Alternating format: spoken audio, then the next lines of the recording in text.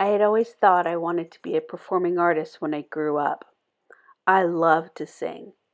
I've been in operas, musicals, and performed all over the West Coast with no training, just the talent that God gave me. I moved away to school in New York City at 19 with just my teddy bear, my pillow, and one suitcase. I realized that even though I had the gift of song, it was super difficult to go to school, work, and rehearse all full time. Sound familiar? I also had been taught the realities of life very early.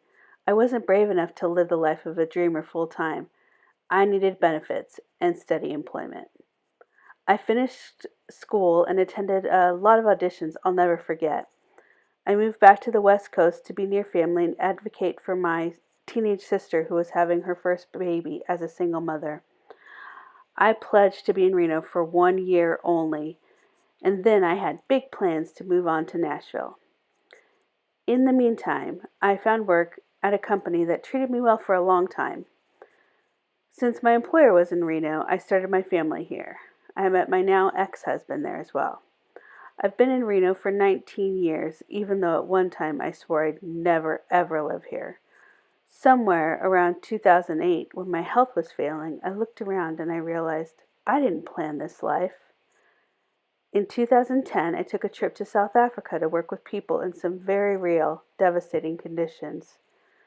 They had nothing of monetary value. Many of them were happier than me. They had this joy and they were willing to share. I knew I needed some of that. I decided I had to find my happiness.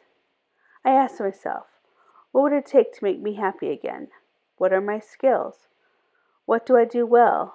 What do I enjoy? What do I need? When I came home, I spoke with my husband about my interest in going back to school. I was considering full sail for video editing. He told me no. It was too expensive. So yeah, that didn't go so well. Although schooling is expensive, no. Really? In 2012, I moved out. In 2013, I was divorced. By the end of 2014, I have full custody of my son, and I'm in the process of, um, with the school, of enrolling in media communications.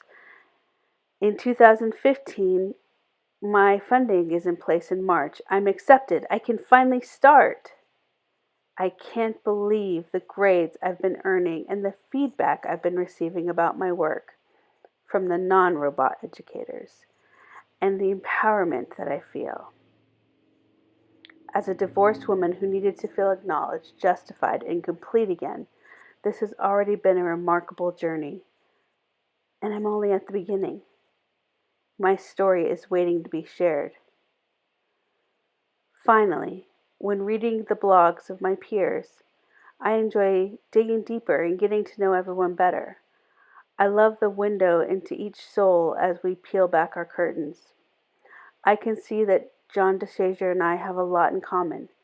It's easy to get caught up in your gray cubicle world until you start to get miserable. At least it was for me. I was also reading about Alex Wishart, and I envy that he was able to think to himself fairly quickly, nope, this isn't a right fit, and go back for the right degree. Well, no one likes to start over. Being a 41-year-old single mother going to school for the third time isn't a piece of cake either. Either way, I'll be cheering for their success in this program.